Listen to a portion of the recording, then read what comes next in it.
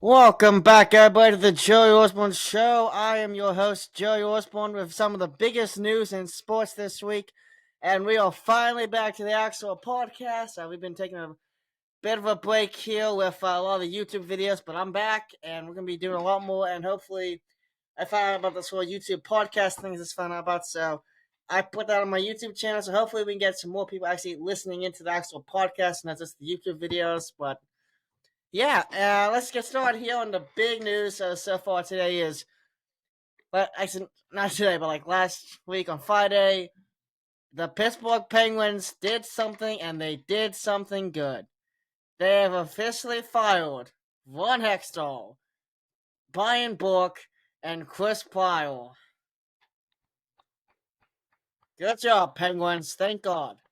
You guys were, well, scaring us a little bit, especially because there's this whole feel that those, let's just say bad men would be back.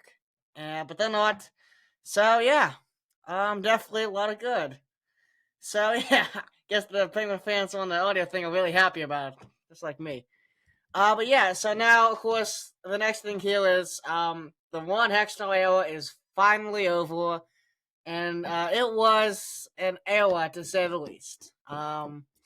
Probably the worst era of Penguins hockey I've seen in my life. Granted, I'm only 20 years old, so I've pretty much just seen playoffs and Stanley Cups, but yeah, this was just a disaster this year. If you watch the team, you clearly saw that this is a completely mismanaged situation. Hextall clearly did not have ideas and thinking, and of course, we even found that out from reports saying that when FSG, a Fenway Sports Group, the owners of the Penguins, asked Hextall what his plans were for the team, he couldn't describe them in words. No offense, but if you plan, you cannot describe your plan in words. It's probably not a good plan. Also, I don't think I'd consider it a plan. I think I'd consider it. I mean, I don't know what I consider it, but it's not a plan because if you have a plan, you should be able to either verbally or wittingly express what it is. And somehow he could not. Like, it didn't even have to be like a good, express it, but like, just say what it is, or like write what it is. If you can't do this, I'm not sure it's a plan, but allegedly his plan cannot be written down or spoken. So yeah, so that's interesting. But it was an odd era, a lot of bad trades, a lot of bad signings. There was some good I thought of this summer, being able to re-sign Raquel, Rust, Malkin, and Letang. That was great. I thought that was a great move by him. But that's where the goodness ends, and then awfulness begins. Of course, Jeff Carter. He was great when he was traded, but after the extension, oh my lord, just no, was not good. And then of course, Mikel Grunland, of course, the big acquisition in the whole trade deadline disaster fiasco that was this year. Total joke. I don't know why he was acquired. Hextall didn't even know how to pronounce his name. He called him Michael, but his name's Mikel.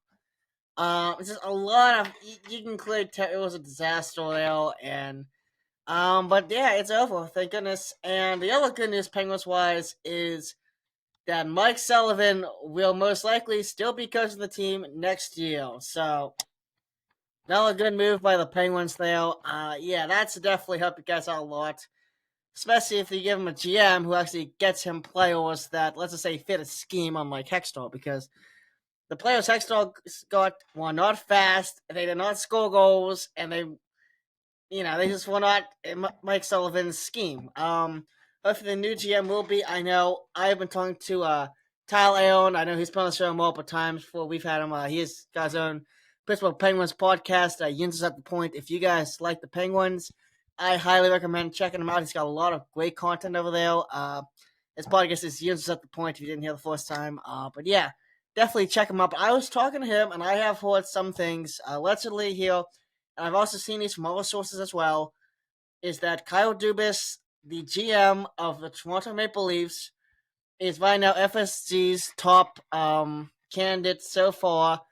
And this would be, honestly, in my mind, here, huge for the Penguins. it does seem like most likely he'll get fired because if Toronto Maple Leafs lose in the first round again, he will, and we all know the Maple Leafs. He's getting fired. Yeah, there's no way in heck they can win, get out of the first round. They just cannot. I don't know why, but I'll be honest with you, it's just me. It may just be me, but I think they're cursed. I honestly gotta think they're cursed and never get out of the first round. And I'm not sure why they're cursed, but they are cursed. I think there's one YouTube. I'm not gonna say his name because it's a little vulgar. But if you look up Toronto Maple Leafs legacy of failure, he has a decent explanation. I'm gonna be honest with you. I kind of subscribe to that explanation now because it actually does make some sense. It's how you can lose that many times in the first round of the playoffs. Though, grant the Penguins do it too sometimes. But yeah, definitely he is an option. I like him very much as an option. He's a big guy. If you follow his work, which I have very much, and I highly like him a lot. I think he's done a spectacular job in Toronto, making them into a cup contender. But he's made a lot of good moves. He emphasizes youth and speed and scoring of other things, and that's exactly what the Penguins have been in the past, and that's what they need to get back to. This is a guy who can do that, and he can get them back there with the speed. Other names that have been mentioned, I have heard the assistant general manager of the Tampa Bay Lightning. I have heard him. He's done a lot of the scouting down in Tampa, and of course, if you watch Tampa and you realize this guy's been the guy who's been doing all the scouting and stuff, he's pretty good. He knows what he's doing because they got a pretty good team, and they may have won back-to-back Stanley Cups pretty recently, yeah, and they made it 3 times in a row. So I think he knows what he's doing here. But another guy I thought, I think the president of hockey operations in Dallas, I thought his name, and he Leslie played a big part in getting his skin in Jason Robinson and Auden Gore, who have by now been the big keys to Dallas' success. So yeah, I definitely think that is no great option to look at. But my second option here, if Dubas is not available here, and this is the one that I like just as much as Dubas, if not more, is the Carolina Hurricanes assistant general manager. He is also second on the list. And what I gotta say about this guy is he would be a perfect fit for the Penguins as well. I think just like in Toronto, Carolina emphasizes speed and scoring, and that is what the Penguins until Hextall did emphasize for the most part, except for its later years there when he got a little iffy there and got some odd players, we'll say the least, that kind of just wanted to kill people. But yeah, definitely, I think a lot of great options out there for the Penguins, and I think they have to, for sure, he'll have to hit a slam dunk with this pick as GM because clearly this team has been mismanaged back and forth, and they need to get back to contention, especially if Sidney Crosby, Malkin, and Letang, they're getting up there in age. You have to make moves now and win now because they deserve at least one more Stanley Cup, in my opinion. And that's all I'm really going to say here on the Penguins, but a lot of interesting stuff, and this is going to be something I'm going to be following very heavily for the next couple of weeks here. This should unfold in the next couple of weeks here. I think after next week, when Toronto most likely is eliminated, we'll start hearing stuff. I also thought allegedly Dubas would get fired, even if they advance due to some internal struggles with the president of hockey operations in Toronto. I have also heard that as well. But do expect us to hear something pretty soon within, I would say, the next pretty much week or so. But another thing here too that I do want to mention, FSC Sports Group, they have at least finally smelled the roses and realized they needed to fire Hextall. I don't know what took them so long, but they finally did. And they did a clean house. But to be honest, here right now, they're in kind of a disaster right now too, because they have the hockey team that pretty much broke the longest playoff streak in American sports currently at 16 years. They had it broke this year. They also own, of course, Fenway's in the name, so obviously they own the Red Sox. They're pretty awful this year, if you know what I mean. And they don't really seem to have much direction. They've been kind of all over the place the last couple of years now. And yeah, this year it's coming to a real straight head here. And of course, they definitely got some issues they got to look at here. And then also Liverpool FC. Let's leave having financial troubles with them. That's the soccer team they own, and that's probably the only few times I will mention soccer ever on this podcast because I just I'm not a soccer guy. I stick to the main four here, but maybe someday I'll get into soccer. But right now, I just can't get into it for most part. But they've had so many issues that I have a great quote that I just want to like a soundbite here. I'm going to use for them right now here. It just fits them so perfectly, and it's so funny that this comes from actually one of their employees. He's a color analyst for the Boston Red Sox. I don't know if you guys have ever heard of Dennis Orsley, but this is something he said last year about the Pittsburgh Pirates. And let's just say, if you follow the Pirates, you know what I'm about to play here. So let's see here what I gotta play because it definitely sums up pretty much what to do. So this is pretty much FSG at this point right now. This is a hodgepodge of nothingness, everybody. This is just a disaster on all fronts. All three teams having some of the worst, success they've had. It's just one thing after another. Liverpool having the financial struggles and then most likely needing to sell the team. The Boston Red Sox being probably the worst I've seen the Red Sox in a while. And the Penguins missing the playoffs for the first time in 16 years. Clearly, this is a disaster and something needs to happen. And definitely expect more about FSZ in the future. I think I may make a video about them here, just talking about kind of their downfall and stuff as well. But yeah, they got to get their stuff together here because things are crumbling, and hopefully the Penguins are a wake up call to them to get things going. But let's move on to some football here. And I was going to report on this last time I tried making episode 14 before Riverside messed with me. We'll say that much. But yeah, let's talk about Lamar Jackson for a little bit here, guys. It's a weird saga right now. Of course, he has requested a trade. We all know that. So he most likely wants out of Baltimore, but allegedly, due to reports, he wanted both Odell and D Hop to get acquired by the Ravens. And one of them has happened. Odell Beckham is a Raven. So you gotta ask questions here. Will he just play with the franchise tag now, or will he still want to be out? And what I think here is, I do think he may play now, but I don't know if he's really gonna play that hard because he wants out of Baltimore clearly. So I can see this going either way. I do think he's gonna get traded. He's not staying in Baltimore. I don't think Odell Beckham is gonna keep him in Baltimore for a long term future. And Odell Beckham's just a 1 year deal too. It's like he's only just gonna be there the 1 year most likely. And I'm gonna be honest here too. Odell Beckham Jr. He's just not that good anymore. He just doesn't have it. He's had a ton of injuries. Like he's perfect for the Ravens because the Ravens wide receiving core always gets injured. No matter what, they're gonna get injured. And Lamar Jackson has to throw to like practice squad guys. Like you wonder why Lamar Jackson never throws the football. I'll tell you why. It's because he never has any wide receivers other than Andrews to throw it to. Like Duvernay's okay, but other than Duvernay, who's good on that team? Like Bateman's good, but he's always hurt. Marquise Brown was good, but then he always got hurt. Like it just they don't have any talent there, and I don't think Odell Beckham changes that. I just don't. I think they're easily the worst team in the division, no matter what. They can't compete with the Browns. No way in heck. I'm sorry, but the Browns, and I'm not saying this about the Browns here. They got actually a decent team this year. If they don't Browns up like they normally do, they'll make the playoffs pretty easily too. I don't think the Ravens can get past the Browns, and I think the Browns are going to be in third place.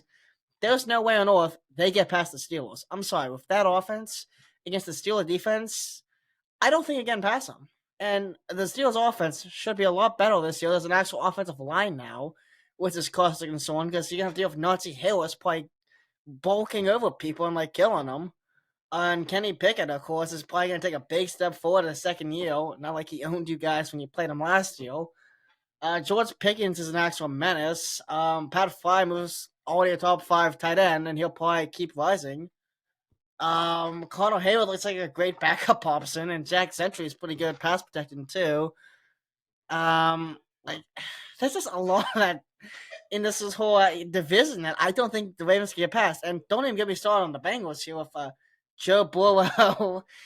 Joe Mixon, as of right now, he may get cut because he's having a little issues with a certain thing. I'm not gonna get into it here, but I'm not really. It's a family friendly podcast, so I'm gonna not say what he's trying to do, but he's been trying to aim something at someone, and that's a weird way of describing it.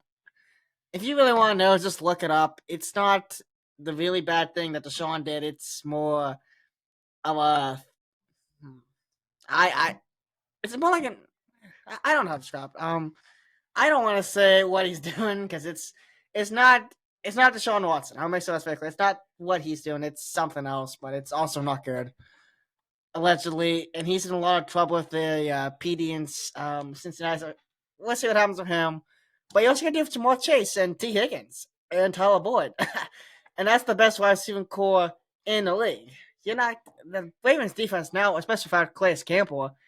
They're not able to stop him whatsoever.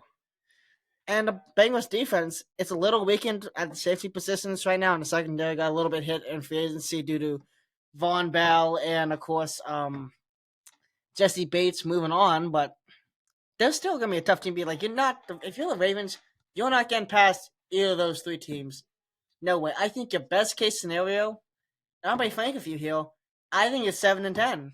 I think that's your best case scenario, even with Lamar.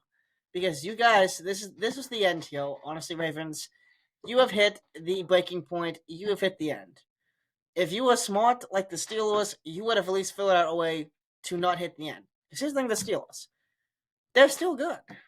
They literally lost Big Ben, and they were able to replace him with a quarterback very easily in the first year, who actually has a lot of great potential now. And you literally have Lamar Jackson, a MVP candidate here. Like, and you got him off Joe Flacco. Like, you got Joe Flacco. He wasn't very good, but he was a good quarterback for the Ravens. And you got an even better one, but you blew it. Like, it's the same scenario what the Steelers did, except the Steelers played it the right way. You somehow screwed it up bad, and honestly, you guys deserve to have Lamar leave. I don't think like Lamar deserves some respect, and you guys just won't give it to him. It's insane here, in my opinion. I don't know what the Ravens GM is doing, but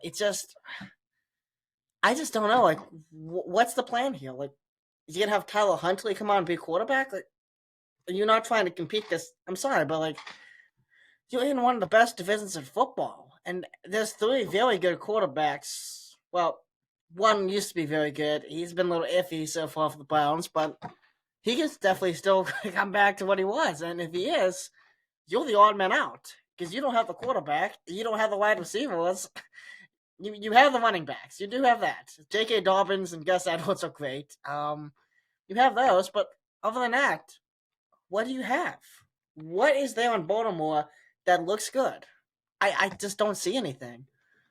And I think Baltimore Ravens, you're going into a dark area, the fans here. This is going to be a dark area. I think you're going to have a lot of struggles here next couple of years. And I don't know what your GM would do to fix it here because something needs to be done. But, of course, obviously it's fix the relationship with Lamar and pay him what he deserves. But you guys won't do that. So I don't know what to say, but it's going to be rough for Baltimore fans. And honestly, I honestly, as a Steelers fan, as much as I don't like the Ravens, I do feel kind of bad for you right now because this is such a disaster on all fronts for you guys. And like you're losing your fans as a quarterback. Like this would be like if we lost Big Ben to like a trade, like just demand out or something. Like it'd be like soul crushing to be a fan. So, like I feel bad for the fans. They don't deserve what the Ravens GM and is doing here. But it's gonna be rough. I just can't see them getting past the division without Lamar. I'm sorry, I just can't see it, and I don't think Odell Beckham changes anything. I just don't. That's just, of course, my opinion here. I could be totally wrong. Maybe Lamar is now like, oh yeah, I'm back. Let's do this. Just pay me next year here. But I don't think that's the case. I think there's definite issues, and there's something, and it needs to be resolved. I'm sorry, but like they don't just the fans don't deserve what is happening here, and I definitely think things need to change Baltimore wise. They just do. I don't know if you need to fire the GM or something. Maybe a head coaching change as well. I don't think Harbaugh is much of the problem. I think it's more in your general managing front office area. But yeah, there's a lot of issues. Yeah, you look at it like I don't know what do you do now. But yeah, definitely just a lot of questions that I need to be answered. I want to get answers here on Baltimore wise. Like, what's the plan here? But I don't think we're gonna know that. And honestly, Baltimore, like this is really just gonna be a rough time for you guys. Like, I just can't see it turning out to be good for you guys. I can't see any scenario in which it turns out well for you guys till a couple years from now after you've rebuilt. But the good news is for you guys is you have the Orioles and Andy Rutschman looks like him. So you have the Orioles and I think they make the playoffs. So you at least have them for a couple years to, help you out to deal for the Ravens or whatever the heck it's gonna be here, but it's not gonna be good. Yeah. But definitely here now. Let's see what else to talk about here, because I have like a list here, but it's from like 2 weeks ago. So the only things I can talk about is Lamar Jackson and the Penguins. But yeah, let's finish some out here. Let's talk about the Pirates for a second. Actually, it is baseball season. I didn't want to talk about the Pirates, and we'll talk about the Rays here too as well a little bit here. But yeah, the Pirates they've exceeded expectations tremendously. If you'd have told me they're 9-6 at this point of the season already, and they got 1 out of 2 out of 3 against the Astros, I would have honestly thought you were crazy. But they have a good, solid team here, and I definitely think right now, looking at the Pirates, they are a potential playoff team if they continue the way they are. Now, they could easily get back to reality soon, but I just don't know here. This is interesting because they're not winning games because of one person. Like, it's multiple players who are making the big moves. Of course, Santana's done it, McCutcheon's done it, Reynolds has done it, Hayes has done it. Like, it's coming from all over the place. Sawinski's done it actually too. Like, it's there's a lot of unsung heroes in this team. Like, this is a team that just is trying to win. Like, this is their goal is to win. It doesn't matter how it's done, as long as they win. That's what they want, and it's interesting. Honestly, it's a fun team to watch. I'm be honest. I was there opening day. That's probably the best baseball game I've ever actually attended. Like, it was so cool. Of course, the blackout being sold out that helped out, but it was just a fun game. Like, they were a fun team. They're never out of it. Like, they were down like 4 or 5 runs against the White Sox. They came back and won it by like 3 runs. Like, they are a team that does not stop fighting, and I think it's great. And even today's loss against the Cardinals, it was a bullpen issue at the end, but they were in the game the whole time. And the pitcher was of course we thought would be the weaker spot. They've done great, especially for JT Brubaker, like Johan Oviedo. Like, he looks like he can be something now. Wanderson Contreras, he had one bad game against the Astros, but his other 2 games have been good. We all think he can definitely be something, and he's showing off he can be something. Mitch Keller is finally playing up to expectations now. Like, there was something forming here, and I just really like what I'm seeing that's forming right now. Like, there's a lot of great things. Sawinski, if he could get the contact going, he could be a great player. Brian Reynolds, if they can re-sign him, can help lead this team to great places. Ke'Bryan Hayes is finally, he had a slow start off the bats here again, but he's healing up now. And he's getting to what a lot of us thought he would be hitting wise. Like, the fielding is undoubtedly top 5 MLB, probably even top 3 at third base. I'm like, it just is. This is a lot of great things there. And then, of course, Neil Cruz, the injury was very, disappointing. He was really looking good, and it looked like this is going to be something fun, and he was going to be a big part of it. But once he's back in August, I think definitely we'll see how he recovers stuff. Maybe he's back sooner. I doubt it. It'll probably be August. But if they're in us by August, I think there's a definite chance that we could see a Bucktober, honestly. For sure. Like, I'm not even like, this isn't like I'm joking or something. Like, this isn't the years around me. Just the way I see the team play, like, it reminds me so much of Baltimore last year. Like, they didn't make the playoffs, but they also had an awful first half. But it looks like, because I'm being honest here, what I thought is the Pats have an awful first half, and in the second half they'll be like the Orioles, and they'll be doing all this stuff like winning games, and like out of nowhere, like have multiple sources coming out. But it's been interesting. Like, the Pirates, they did it out the get go, which I did not think would happen. I thought it would take some time. Probably once they call the prospects in June, it'll start. But it's already happening, and there's all pieces too. I forgot to talk about G1 Bay, who's been spectacular so far. Like, there's so many pieces here, and I've been saying this for a while about the Pirates farm system. Is there's gonna be a ton of pieces that come up who are all gonna play very well.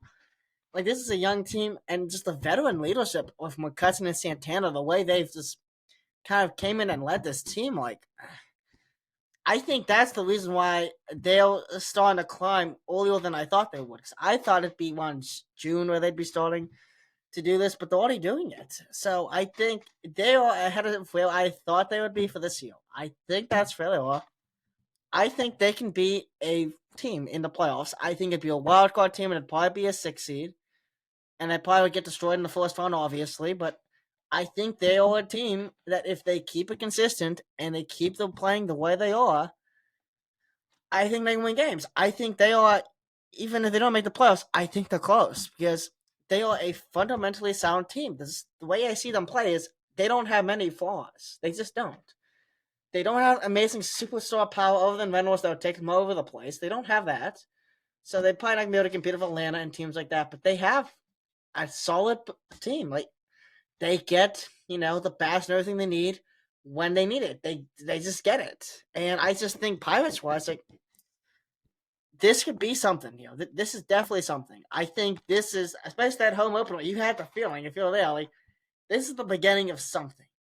And there's a lot of prospects who are going to come up this year and next year. And when we get to that point, Pirates wise, like I'll be honest. I think you're going to have a very fun team. I think what Ben Sherrington has done so far, other than the George Bell trade, that was kind of not the best. But other than that, I think he has made great trades. He has got some great prospects in the system here.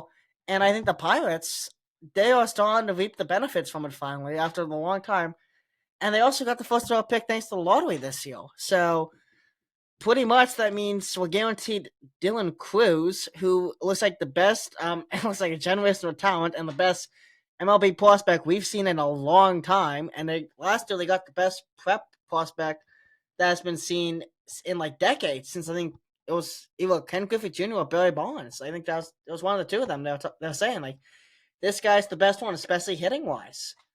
And they got him last year. And just what they're bringing into the franchise is very exciting. Like this is a team that 2 or 3 years down the road we can be talking. When we're talking about them, we could be easily saying, "Yeah, this team's a total juggernaut." Like it's gonna be tough to get past Pittsburgh, honestly. And just if you're a Pirates fan, this is what you've been hoping for a long time, and it's starting to show, and it's very exciting. I know I'm very excited about it. I think you can tell by the way I'm talking about, obviously. But yeah, there's a lot of great things Pittsburgh Pirates wise happening. But also moving on to small baseball here with Tampa Bay Rays. They went 13-0 here to start the season.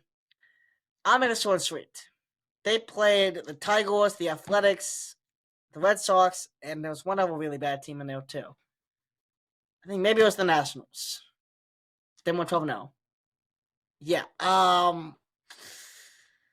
That's what we call playing awful teams and you not being an awful team. Like if you had the Pirates play all these teams, like they wouldn't have gone 13-0. I would say that, but they probably would have gone like at least 9-4. Like they would have been easily over 500. And they probably would have blown out these guys. Like even the Reds, if you would have had the Reds play these guys, the Reds are awful, but they're not as bad as those teams. Like they would have probably been over 500.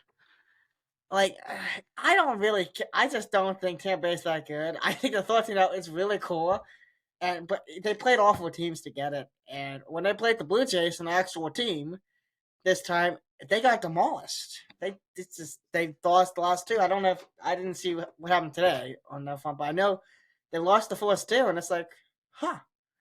Like the thing of Tampa Bay is they're a good team, but their division's stacked, and right now this is gonna probably help them out a lot, going 13-0. But they have a lot of more.